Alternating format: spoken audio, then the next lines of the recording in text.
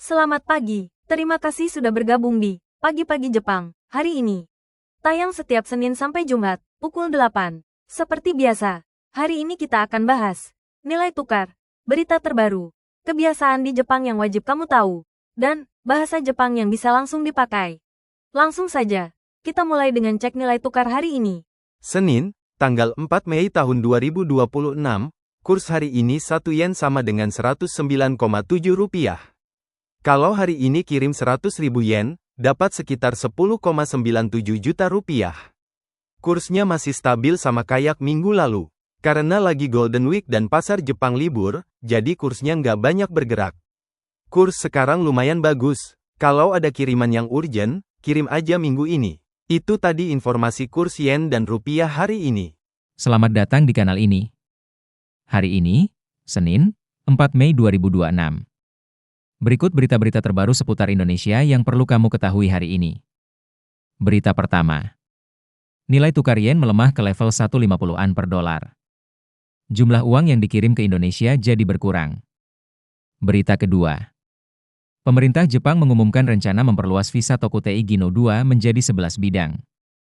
Berita ketiga. Kantor imigrasi ramai setelah libur Golden Week. Perpanjangan kartu tinggal sebaiknya booking lebih awal. Berita keempat.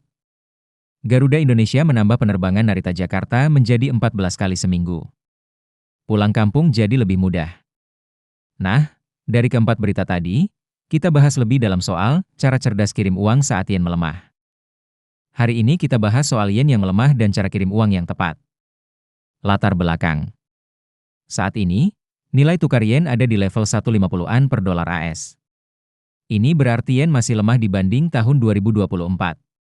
Kalau ditukar ke rupiah, 10.000 yen sekarang cuma dapat sekitar 1 juta rupiah, lebih sedikit dari dulu.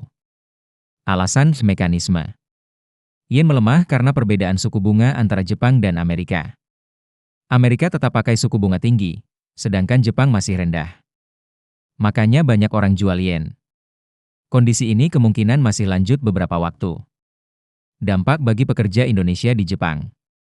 Contohnya, kalau kirim 50.000 yen per bulan, setahun lalu dapat sekitar 5,5 juta rupiah, sekarang cuma sekitar 5 juta rupiah.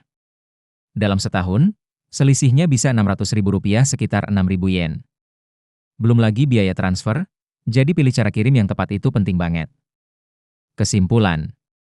Coba bandingkan layanan seperti Wise atau Remitly yang biayanya lebih murah.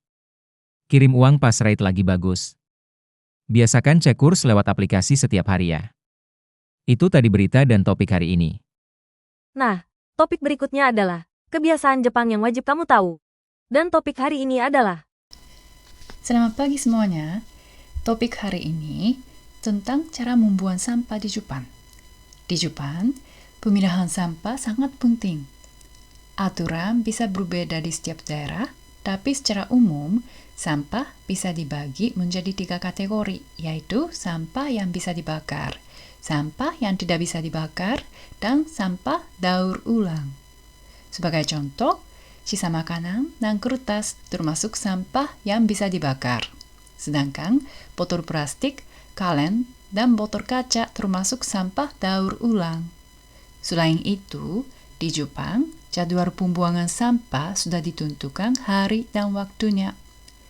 Jika Anda terlambat membuang sampah, sampah tersebut mungkin tidak akan diangkut.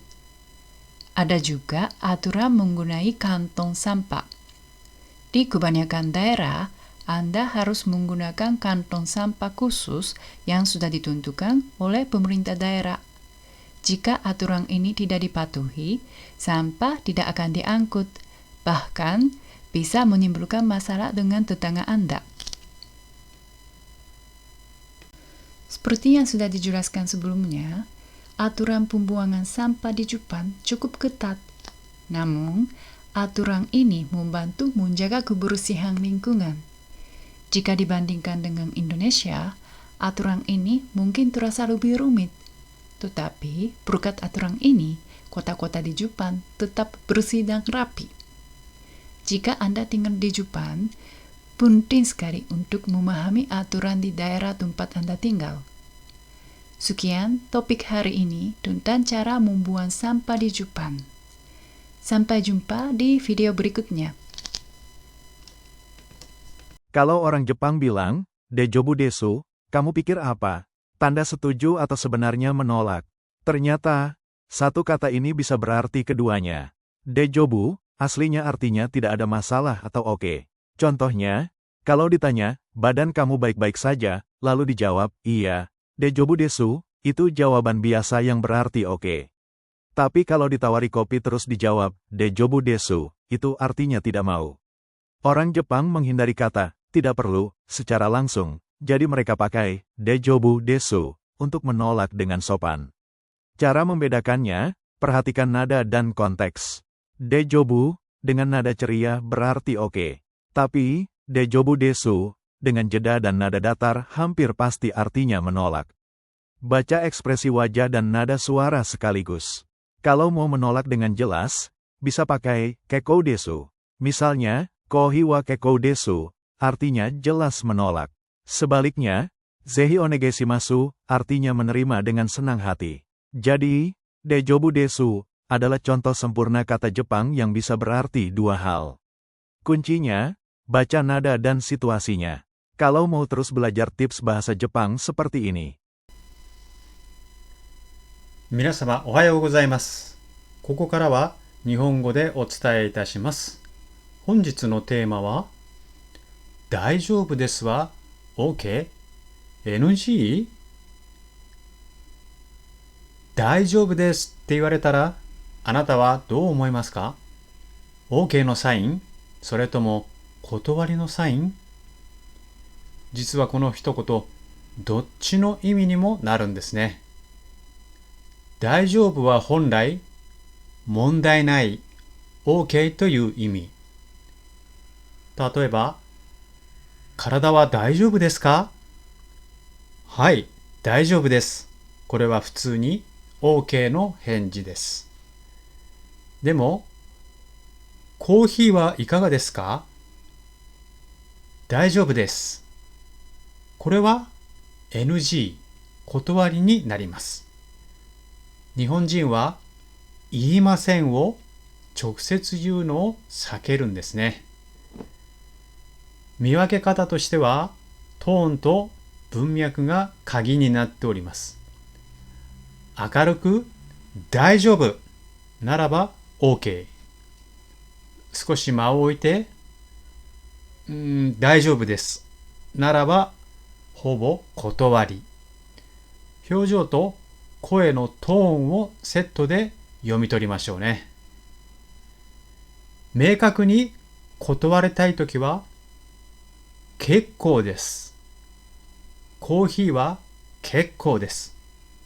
これはれっきとした断りの言葉になります。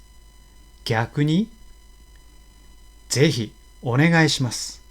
これならば完全 OK の表現。大丈夫ですは OK にも断りにもなる代表的な日本語でございます。トーンと場面で読み解くのが日本語のコツでございます。はい。それでは次回をお楽しみにどうぞよろしく。それではバイバイ。Terima kasih sudah menonton hari ini. Sampai jumpa di video berikutnya. Jangan lupa like dan subscribe ya.